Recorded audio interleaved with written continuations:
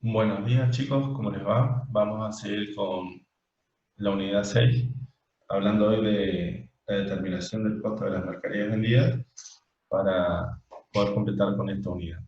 Nosotros habíamos visto en clases anteriores todo el tema de bienes de cambio y habíamos hablado del concepto de bienes de cambio, distintas clasificaciones de los mismos y, y del reconocimiento contable, para luego hablar de lo que a medición contable de los bienes de cambio se refiere.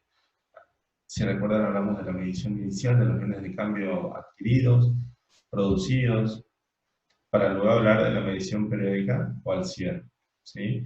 Esto lo vimos cuando estudiamos la resolución técnica 17, que en distintos puntos, puntualmente el 5, habla de la medición periódica de los bienes de cambio. Y quedamos para seguir y terminar con esta unidad por ver, nos quedó por ver justamente el tema de la determinación del costo de las mercaderías vendidas o de los servicios prestados. Tema que también está en esta unidad y, y que vamos a estudiar hoy, ¿sí? Voy a compartir la pantalla de la Filmina, ¿no? Bien.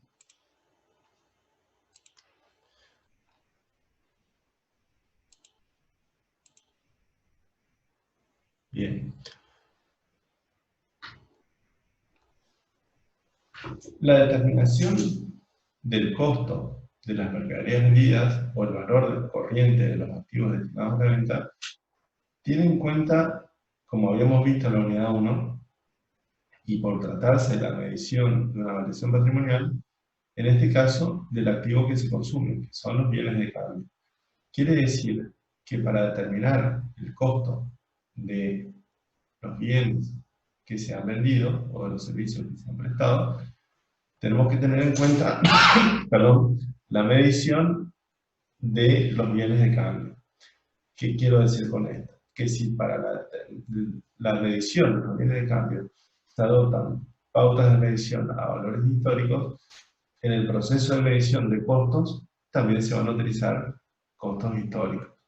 Por el contrario, si en la medición de los bienes de cambio utilizamos valores corrientes, la determinación del costo de los bienes vendidos también se va a realizar a valores corrientes. Es por eso que tenemos que tener en cuenta esta situación para entender cómo se evalúan o se determina la medición del costo de las mercaderías vendidas, ¿no? Los valores corrientes referidos se determinan considerando en cada caso, y eso lo plantea la RT 17, el grado de avance del proceso de generación de resultados, teniendo siempre en cuenta que la información reflejada exponga la riqueza realmente poseída. ¿Qué quiere decir esto que parece algo difícil? Que cuando el grado de avance del proceso de generación de resultados, estoy hablando de la tenencia de las mercaderías, sea elevada, nosotros vamos a reflejar esta situación. Cuando sea el caso contrario, reflejaremos otra situación. A ver, el grado de avance significa o se entiende como el proceso de generación de resultados. Una empresa comercial agrega un valor comercial, una empresa industrial agrega un valor productivo. ¿Qué quiere decir que agrega valor? Lo que incrementa en el proceso económico su participación en el mismo. Por ejemplo, si una empresa adquiere una mercadería para su venta en 100 pesos y la revende a 130, le está agregando, le está aportando un valor agregado de 30 pesos. Si una empresa industrial adquiere insumos, contrata mano de obra y convierte esos insumos en un producto terminado, incurriendo en costos por 100 y vendiéndolos a 130, también le está agregando un valor agregado, en este caso de 30 pesos. Ahora bien, si ustedes se fijan, estamos hablando o comparando costos con valores de salida. Eso a nosotros nos determina la ganancia bruta en el proceso del cual estemos hablando. Ese proceso, esa ganancia, tiene distintos grados de avance. Seguramente no va a ser lo mismo comparar una mercadería que tiene fácil venta con otra mercadería que no lo tenga. Entonces, a lo que apuntan, o a lo que apuntan las normas, es que la utilización de valores corrientes esté acorde y refleje ese grado de avance del proceso de generación de resultados. Cuando ese proceso de generación de resultados sea elevado, tenderemos a la utilización de valores corrientes de salida. Cuando el proceso de generación o el grado de avance, perdón, de resultados sea bajo, tenderemos a utilizar o estaremos inducidos a utilizar valores corrientes para la entrada. Siempre que el valor corriente no esté disponible, bueno, en ese caso nos quedará como alternativa la utilización del costo histórico. Por esa situación es que se aclara ese párrafo. Entonces, lo primero que tenemos que considerar es qué tipo de bien es el que estamos, en este caso, midiendo y vendiendo, que fue un tema que hablamos en la clase anterior. Si ustedes recuerdan, voy a volver a la sesión anterior, cuando hablábamos de la medición periódica de los bienes en cambio, tuvimos en cuenta esta clasificación y pasamos de medir o mencionar las pautas de medición de bienes fungibles, en este caso con mercados transparentes, en donde su comercialización, estábamos hablando de la medición de bienes, ¿no? Y decíamos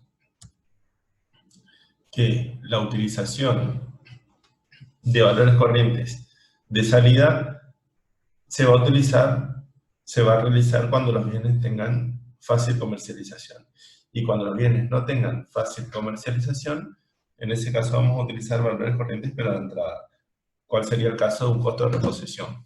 Cuando no se dispongan de valores corrientes, en ese caso sí se va a habilitar la utilización como alternativa de los costos históricos. Bien.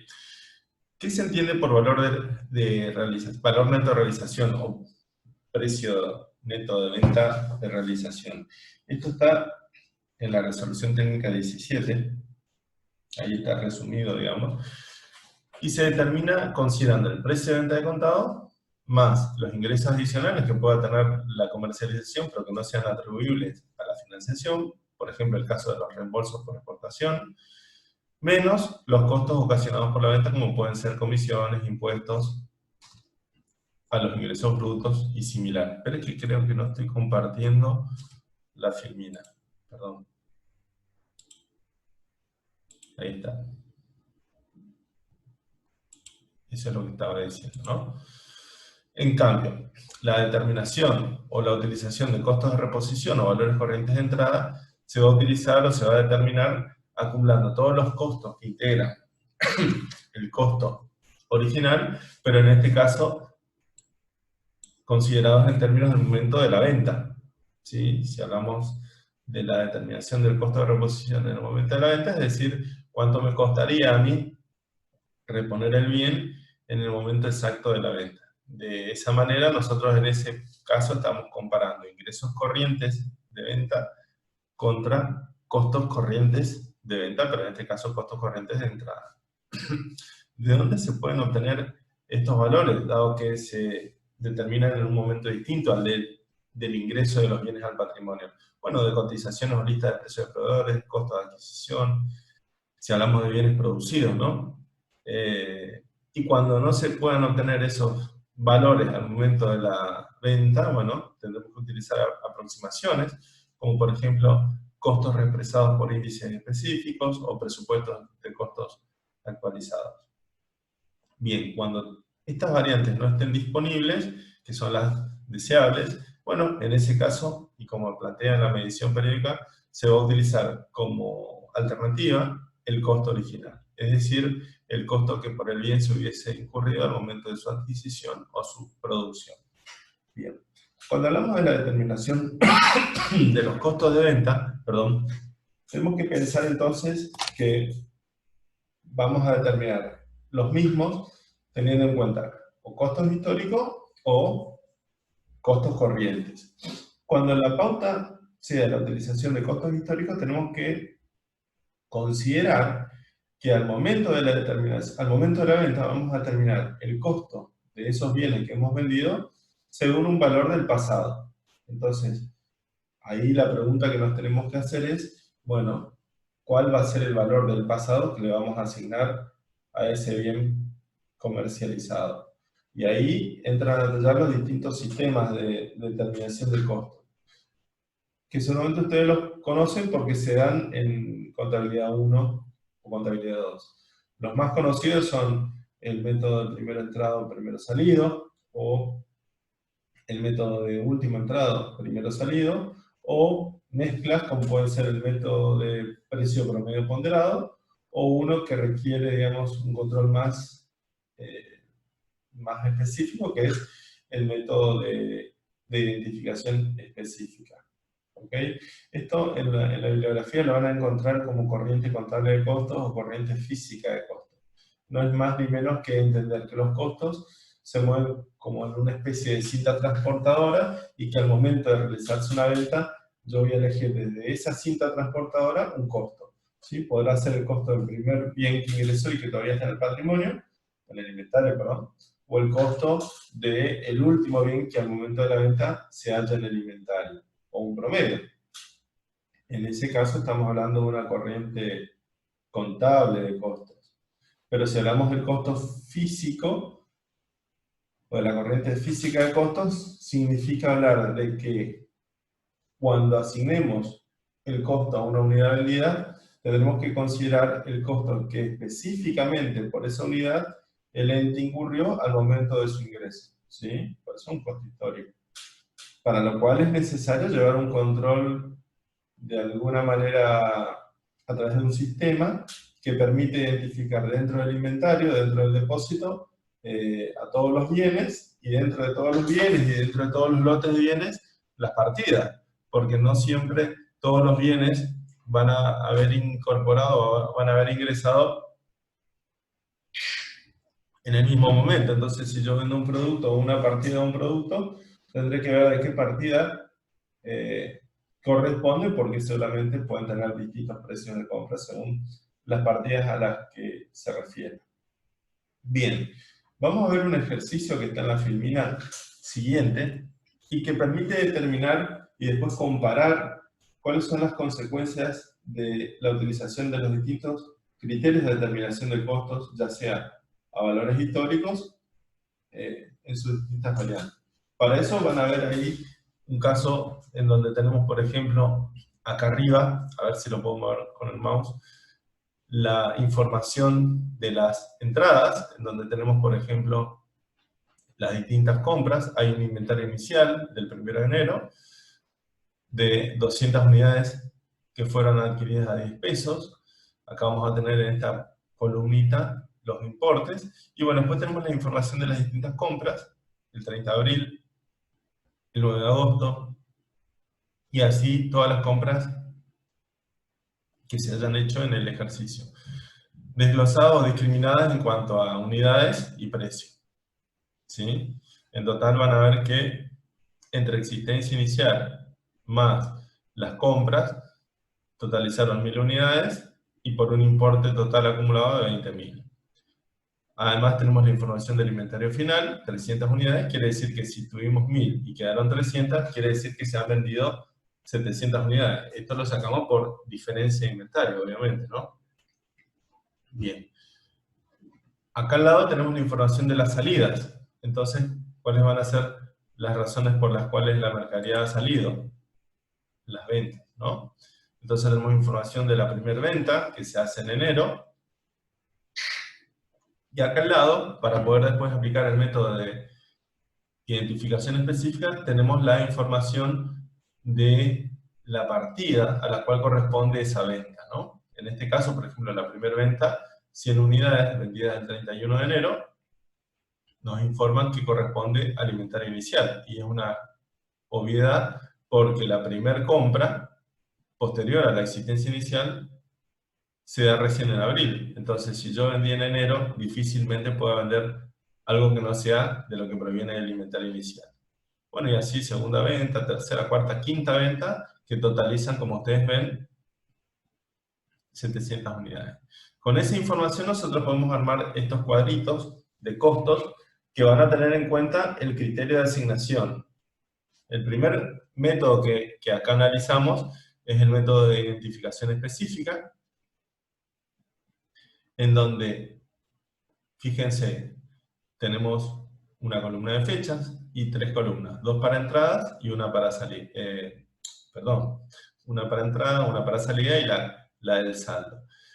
Entonces, vamos a empezar completando con la información de la existencia inicial o el inventario inicial y aclarando eso en el saldo. Cada vez que haya un movimiento, ya sea una entrada o una salida, eso va a tener su impacto consecuente acá en la columna del saldo.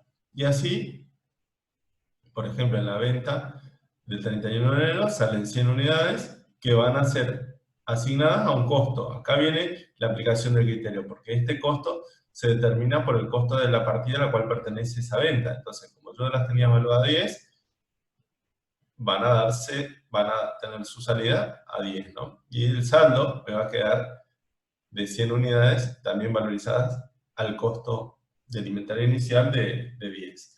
Y así, luego tengo una compra, el 30 de abril, esto está ordenado cronológicamente, ¿no? Y entonces acá en mayo, por ejemplo, en la segunda venta, que se da el 25 de mayo, se venden 200 unidades, en donde nos informan que a pesar de que tenemos un saldo de la primera fecha de la existencia inicial, en esta segunda oportunidad, en esta segunda venta, se vende por lo visto toda la compra de enero. ¿Qué quiere decir? Que entonces la salida de esta mercadería, la asignación del costo por las unidades vendidas, fíjense, se va a hacer a 15 pesos. ¿De dónde sale eso? Del costo de la compra. Bien. Si seguimos así, teniendo en cuenta esta información, vamos a llegar al final en donde tenemos, como se ve acá, que entre existencia inicial y compras tenemos 1000 unidades, 700 vendidas y el saldo 300 unidades. En cuanto a la información económica o de la medición, 20.000 pesos es lo que habíamos totalizado por lado de la compra. Esto no va a variar en ninguno de los modelos de asignación al costo histórico, sino que lo que va a variar acá básicamente es la columna de salidas y obviamente la columna de saldo o de la existencia final. Entonces, fíjense que acá, asignando el costo por identificación específica, tenemos que las 700 unidades vendidas tuvieron un costo de 12.000 que se van a comparar con el ingreso por venta. Entonces, cuando yo compare el precio de las unidades vendidas con el costo de las unidades vendidas, esa diferencia me va a dar la ganancia bruta. Y la existencia final va a quedar evaluada, fíjense, 100 unidades de la existencia, perdón, de la compra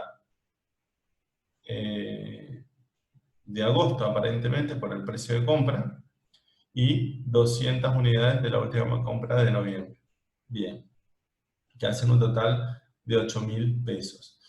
Una salvedad cuando utilicemos métodos de asignación de costo por unidades de las unidades vendidas a valores históricos, que de acuerdo al criterio utilizado se va a tener que tener en cuenta para la anticuación de las partidas. ¿Qué quiere decir?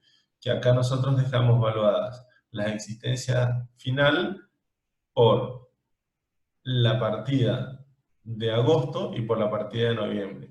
Es decir, que al momento de su anticuación, para la reexpresión al cierre, si es que lo tenemos que hacer, tendremos que considerar esas fechas, ¿no? Lo mismo cuando tengamos que hacer la reexpresión del costo de las mercaderías vendidas, que va a ser de esta columna. Bueno, esta columna es la que me va a permitir a mí identificar cómo se anticúa y cómo se reexpresa esa cuenta que va a tener un saldo de 12.000 en moneda heterogénea. Bien. El siguiente modelo que vemos es el método, perdón, de costo promedio ponderado, que consiste ni más ni menos que en calcular un costo promedio de inventario cada vez que se produzca una variación en el mismo. Es decir, que cuando tenemos una compra, vamos a determinar un nuevo precio promedio de inventario, relacionando el total acumulado de la cuenta mercaderías y la cantidad en existencia. Todas las ventas que se realicen con posterioridad a ese ingreso o a esa determinación de costo promedio de inventario se se asignarán o tendrán la asignación del costo por ese precio promedio ponderado, hasta que se produzca un nuevo ingreso de mercadería en donde nuevamente se va a actualizar el promedio ponderado. ¿Bien? Bueno, sigo. Y el tercer método es el primero entrado, primero salido. Acá lo que tenemos que considerar es cómo se da el movimiento de mercaderías, o más bien cómo se da el movimiento contable de costos. Porque independientemente del movimiento físico de mercaderías, acá lo que a nosotros nos interesa es cómo se da la sucesión de costos, en donde cuando yo tengo una venta, voy a asignar al costo de esas unidades vendidas el costo, si se trata de primero entrado o primero salido, el costo de las primeras compras que al momento de la venta se hallen en el inventario. De esa manera, las existencias van a quedar medidas, las existencias de mercaderías al cierre van a quedar medidas al costo de las últimas compras. Si pensamos en términos de un contexto de precios ascendentes, es decir, un contexto inflacionario, en donde los precios siempre van subiendo, si las últimas compras son las que determinan el costo de la existencia final, podríamos pensar entonces que el costo de la existencia final va a ser mayor y el costo de las mercaderías vendidas va a ser menor porque fue asignado al costo de las primeras unidades que hayan ingresado. En ningún caso estamos hablando de la utilización de costos corrientes porque no se refieren a valores o mediciones del momento de la operación, sino momentos distintos al de la operación de venta, ¿no? Concluyendo, si analizamos, después de haber calculado toda esta planilla, fíjense que el costo de las mercaderías vendidas, las 700 unidades, me da 11.000, cuando en el método de precio específico o identificación específica me da 12.000. Y acá la existencia final me da 9.000, por lo que recién les explicaba, que acá las existencias van a quedar medidas al costo de las últimas compras, en donde en este ejemplo claramente los precios son o tienden a la suba. Y por último hablamos el método de último entrado, primero salido, siempre hablando de costos históricos, ¿no? En donde acá lo que vamos a considerar cuando se produzca una venta es la asignación del costo de la última compra que se haya en el inventario, hasta agotar esa compra. Cuando se agote esa compra, pasará a la compra anterior, y así. Con lo cual,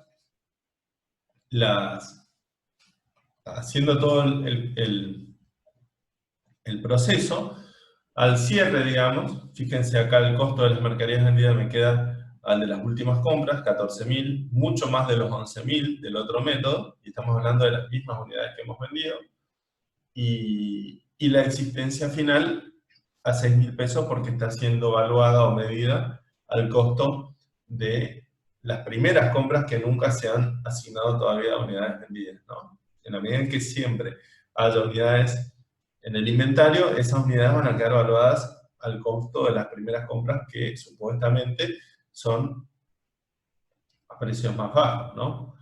Bien. Acá abajo tenemos un cuadrito de comparación entre los valores de la existencia final y el costo de las mercaderías vendidas para cada uno de estos métodos de asignación de costos a valores históricos, en donde para el mismo ejercicio, es decir, para la misma empresa y para los mismos bienes, determinamos distintos valores. En el caso de la identificación específica, el valor del activo, estamos hablando porque estamos hablando de la evaluación de la existencia final, en este caso estamos hablando de bienes de cambio, el cierre.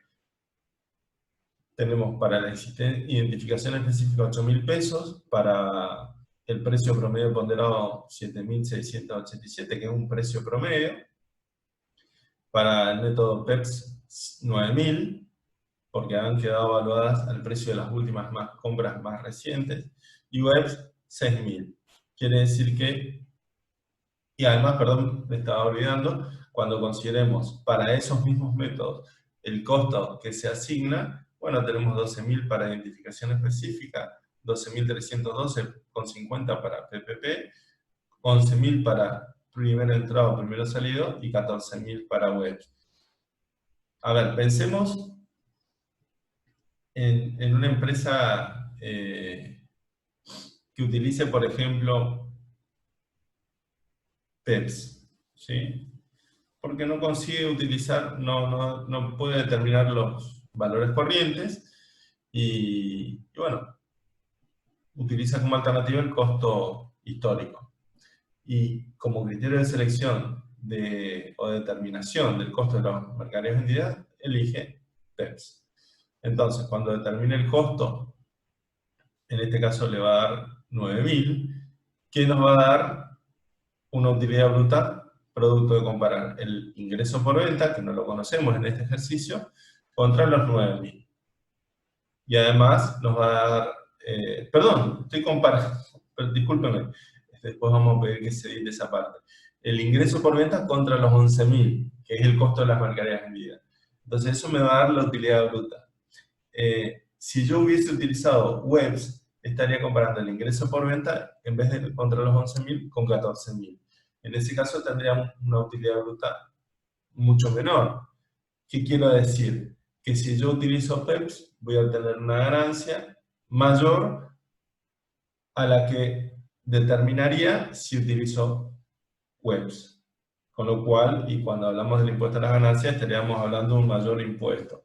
Inclusive después cuando pensemos ahora sí en la medición del patrimonio, cuando hablo de PEPs, tengo un activo por 9.000 al cierre, y en el caso de webs, un activo por 6.000. Si pensamos en algún impuesto o tributo al patrimonio o a los activos, bueno, en ese caso también, desde el punto de vista tributario, estaremos tributando mucho más impuestos, tanto a las ganancias como impuestos a los patrimonios, si utilizamos PEPs, que por ejemplo si utilizamos webs. Alguien me puede decir, bueno, sí, pero en algún momento esa situación transitoria se va a normalizar. Sí, pero no es lo mismo en términos financieros pagar el impuesto en un ejercicio que pagarlo dentro de 3 ejercicios fiscales. Seguramente el valor tiempo del dinero tendrá ahí algún juego o rol que jugar. Bien.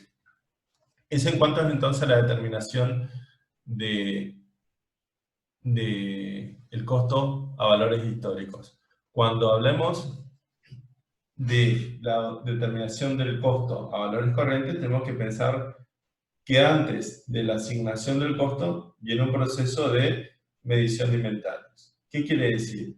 Que cada vez que yo tengo una venta, yo tengo que previamente determinar el valor corriente de los inventarios para que una vez que los tengo medidos en ese momento a valores corrientes, luego hago la asignación. En ese proceso, la evaluación de los inventarios a valores corrientes, surge lo que se conoce como la determinación de los resultados por tenencia de inventarios, es decir, que la comparación entre valores corrientes y costos históricos determina justamente resultados por tenencias, podrán ser nominales o reales, o inclusive podrá determinar, según el tipo de valor corriente que se utilice, otra cosa que no es un resultado por tenencia, sino que es la ganancia bruta. ¿Cuándo? Cuando se utilicen valores corrientes de salida. Bien. Cuando utilicemos valores corrientes de entrada, que es lo que primero que planteamos, es decir, que asignemos para la medición de bienes de cambio valores corrientes de entrada, vamos a determinar resultados por tenencia. ¿Qué es lo que está planteado en esta figura?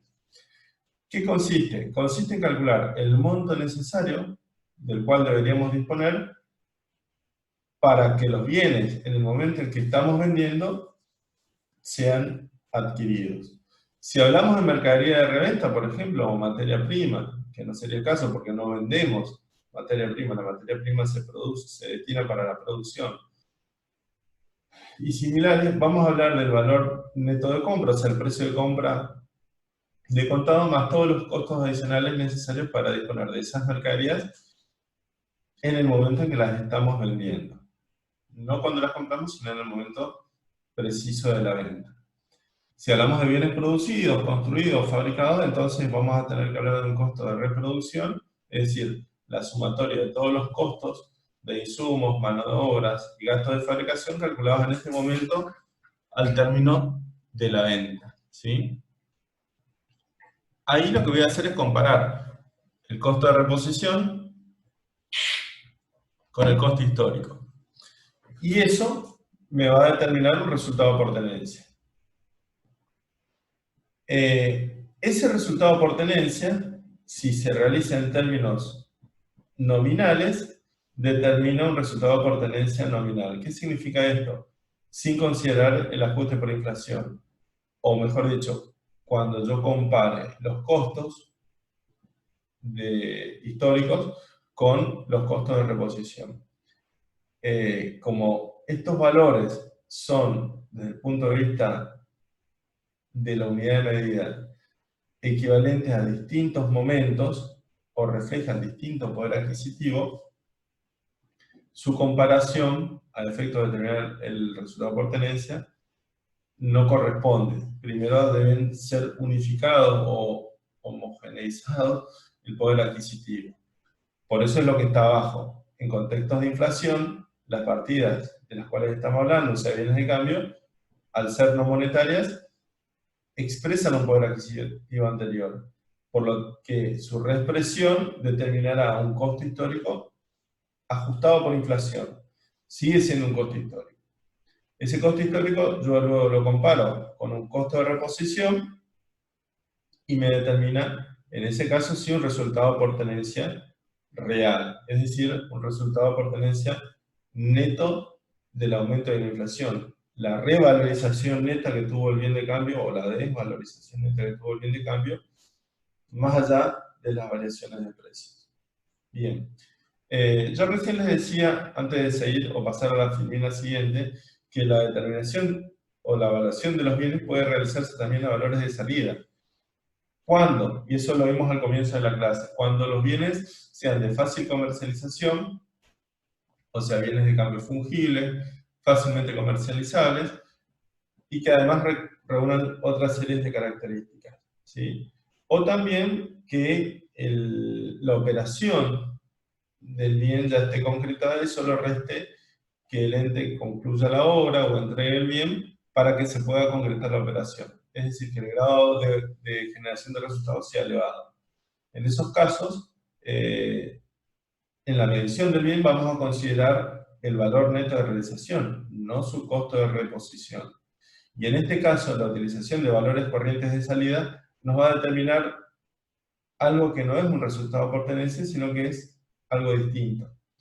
Si leemos la RT9, vamos a encontrar que tiene un nombre específico que se considera como resultado por la evaluación de bienes de cambio al valor neto de realización. Vendría a ser una pseudo ganancia bruta que se reconoce con la tenencia. Porque el bien todavía no lo entregué, la operación de venta todavía no se realizó, y yo de alguna manera estoy reconociendo ese resultado antes de la operación. Bien. Veamos ahora para el mismo ejercicio que hoy comentábamos, ¿qué pasaría si en la determinación de costos utilizamos, en vez de valores históricos, valores corrientes? Para el mismo ejercicio tenemos la misma información, es decir, de la existencia inicial, las compras, ustedes ven ahí, y además aparece ahora la información que vamos a necesitar para poder aplicar el método, que es la información referida a los costos de reposición, y le agregamos inclusive índices de precios para considerar el efecto de la inflación. Entonces, con esta información, nosotros lo que vamos a armar, como ustedes ven acá, la cuenta de mercaderías, y vamos a tener esta especie de cuadritos, es decir, los cuadros de evolución de inventario ahora se reemplazan por los cuadros de reexpresión y medición, en donde tenemos un cuadro para la cuenta de mercaderías, un cuadro para la cuenta costo y otro cuadro para los resultados por tenencia, con sus respectivos mayores, ¿no? En donde, como yo les decía, cada vez que se realice una venta vamos a tener que determinar el resultado por tenencia de inventarios y luego hacer la asignación de costo de las unidades vendidas. Por ejemplo, nosotros acá no está el libro diario, eso lo dejo para que ustedes lo hagan, pero tenemos sí la información de las compras. Entonces, cuando se plantea la primera venta, fíjense, la primera venta es, o se realiza en enero, en ese momento nosotros tenemos que evaluar el inventario hasta el momento anterior a la venta, o el instante previo a la venta, todo el inventario. ¿Qué inventario teníamos en ese momento antes de la venta? 2.000 unidades que provenían de la existencia inicial.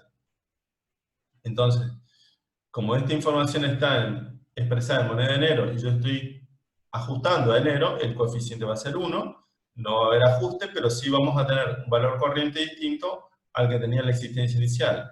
¿Por qué? Porque el costo de reposición de estas mercaderías al 31 de enero es 12 y no 10 como venía en su existencia inicial. Y esto va a determinar un resultado por tenencia real de 400.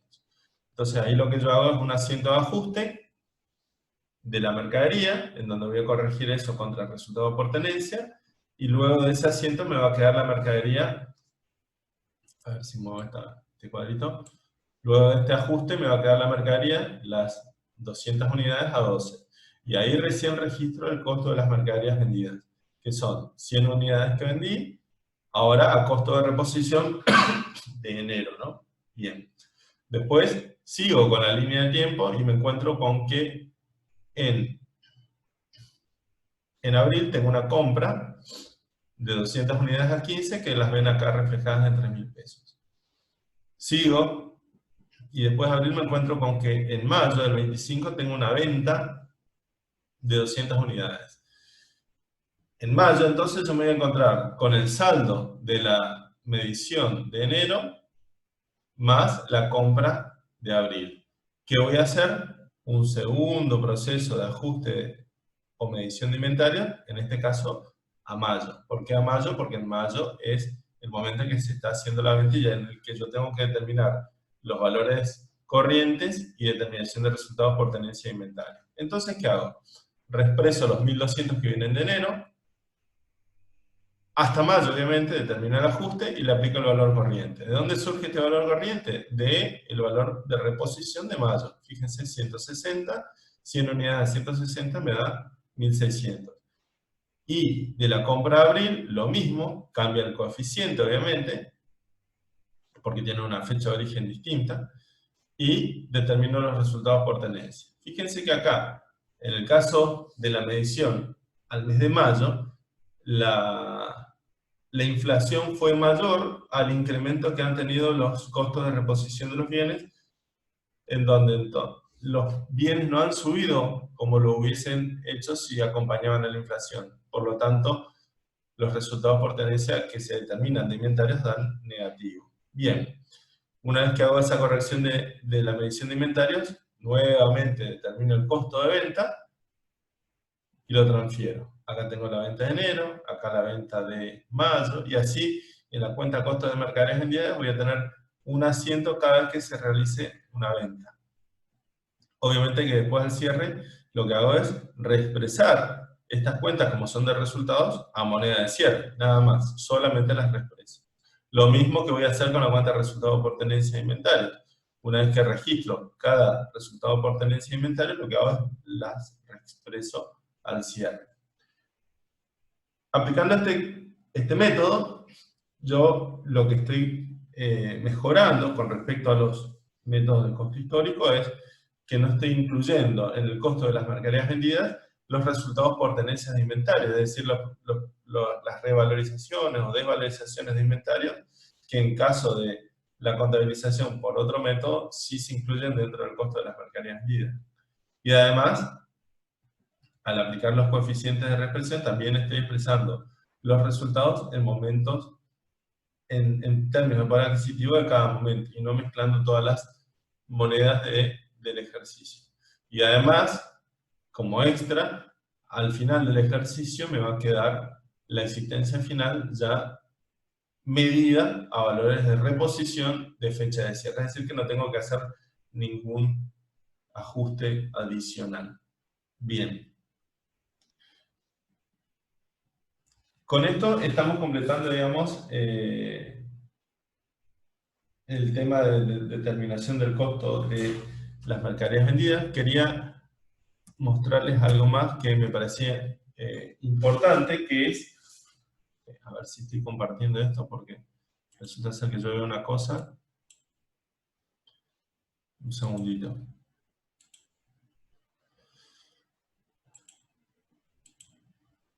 Bien. ¿Qué es esto? En la información complementaria, nosotros tenemos que presentar lo que se conoce como el anexo del costo de venta, que siempre es obligatorio presentarlo como información complementaria del estado de resultados. Nosotros en el estado de resultados vamos a poner la información de los ingresos por ventas y del costo de ventas. Ahora, ese costo de ventas se determina en algún lugar, según se trate, si es una empresa comercial o según se trate de una empresa industrial, tendrá su costo de mercaderías vendidas o su costo de los bienes producidos. Eso se ve en un anexo que está dentro de la información complementaria que se conoce como anexo de costo de ventas. ¿Qué estructura tiene? Bueno, como verán, se presenta comparativo con el ejercicio anterior, en donde tenemos la existencia inicial, la información de las compras, la determinación de los resultados por tenencia, tal cual veíamos, en este caso estamos aplicando valores corrientes, y la información de la existencia final. La diferencia siempre me va a dar el costo de los bienes vendidos.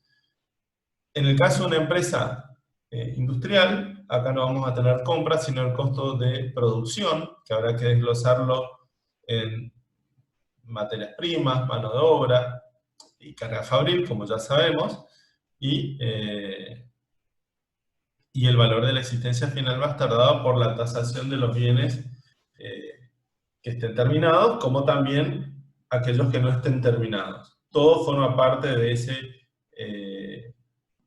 rubro que se conoce como bienes de cambio, ¿no? Bien. Bueno, con esto entonces completamos la unidad 6 y ya nos estamos entonces acercando al final de los contenidos. Con esto yo cierro la unidad 6, me despido de ustedes y nos estamos viendo en una próxima clase.